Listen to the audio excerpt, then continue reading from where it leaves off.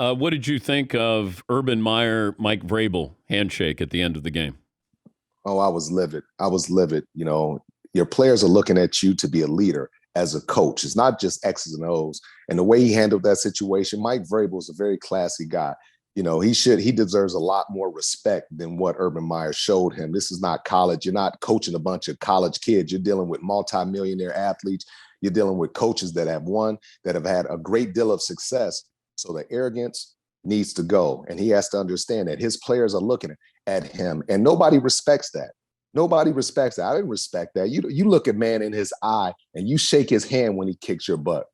Okay. And it was just very disrespectful. And I didn't appreciate that from Urban Meyer. But this whole college mentality that he has, it just doesn't work in the NFL. Players don't. Not at all.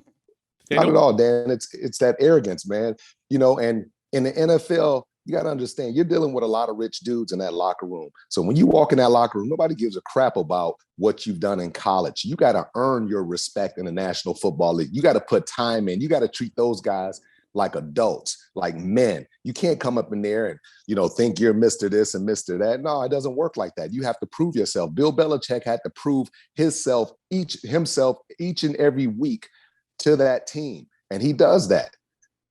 But also, it helps when you have those Super Bowls. When players are going to say, I don't care what you did in college. What have you done in the NFL? Is that a fair assessment of what the locker room is like?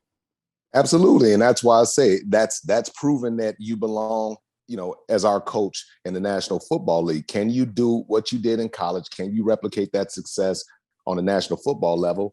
And he has not been able to do that. But attitude is everything, man. And the way his body language, the way he's responding to the media, that's never a good thing. He's not being a good example. He's not being a leader. You look at a guy like Eric Bieniemy. Think about Eric Bieniemy as a former player, as a young guy that can come in there and work with a Trevor Lawrence, that can work with a Justin Fields.